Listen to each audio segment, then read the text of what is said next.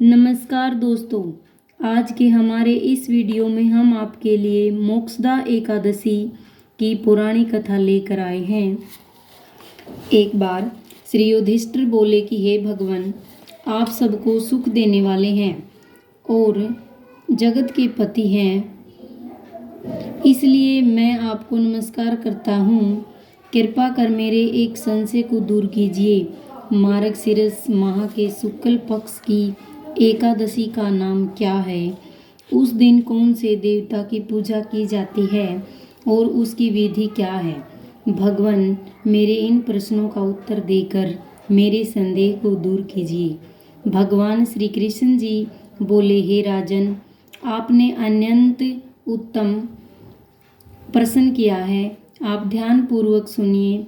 मार्गशीर्ष माह के शुक्ल पक्ष की एकादशी मोक्षदा के नाम से प्रसिद्ध है। इस दिन श्री दामोदर भगवान की पूजा धूप दीप नैवेद्य आदि से भक्ति पूर्वक करनी चाहिए। अब मैं एक पुराणों की कथा कहता हूँ। इस एकादशी के व्रत के प्रभाव से नरक में गए हुए माता पिता पुत्रदा को स्वर्ग की प्राप्ति होती है। प्राचीन गोकुल नगर में वैशाखमख नाम का एक राजा राज्य करता था। इसके राज्य में चारों वेदों के ज्ञाता ब्राह्मण रहते थे। रात्रि को एक दिन सौपन में राजा ने अपने पिता को नरक से पड़े देखा। उसको सौपन का बड़ा आश्चर्य हुआ। प्रातःकाल होते ही वह ब्राह्मणों के सामने अपनी सब सौपन कथा कहने लगे। ब्राह्मणों, रात्रि को सौपन में मैंने अपने पिता को नरक में पड़ा देखा। उन्होंने मुझसे कहा कि हे पुत्र, अब मैं नरक भोग रहा हूँ, मेरी यहाँ से मुक्ति करो। अब मैं क्या करूँ, कहाँ जाऊँ? उस दुख के कारण मेरा शरीर तप रहा है। आप लोग मुझे किसी प्रकार के तप दान आदि को बतावें जिससे पिताजी को मुक्ति प्राप्त हो। उस उत्तम पुत्र का जीना व्यर्थ है जो अपने पिता का उद्धार न करे। राजा के ऐसे वचनों को सुन ब्राह्मण बोले, हे राजन, यहाँ से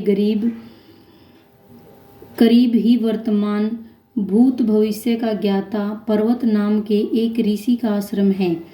आप यह सब बातें उनसे जाकर पूछ लीजिए, वे आपको इसकी विधि बता देंगे।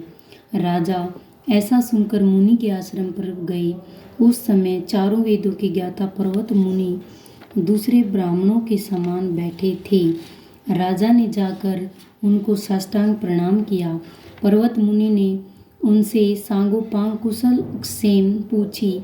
तब राजा बोले, हे देव ऋषि, आपकी कृपा से मेरे राज्य में सब कुशल है, परंतु मेरे मन में अशांति रहती है, उसका कुछ उपाय कीजिए।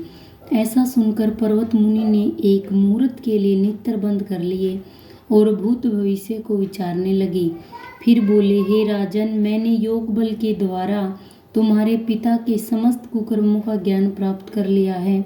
उन्होंने पूर्व जन्म में कामातुर होकर सोत के कहने पर एक स्त्री को ऋतुदान मांगने पर भी नहीं दिया। उसी पाप कर्म के फल से तुम्हारे पिता को नरक में जाना पड़ा है।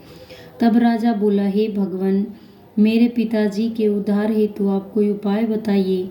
तब पर्वत मुनि बोले, हे राजन, मार्गशीर्ष माह के शुक्ल पक्ष में जो एकादशी होती है, उस एकादशी को आप उपवास करें और पुण्य को अपने पिता को संकल्प छोड़ दें।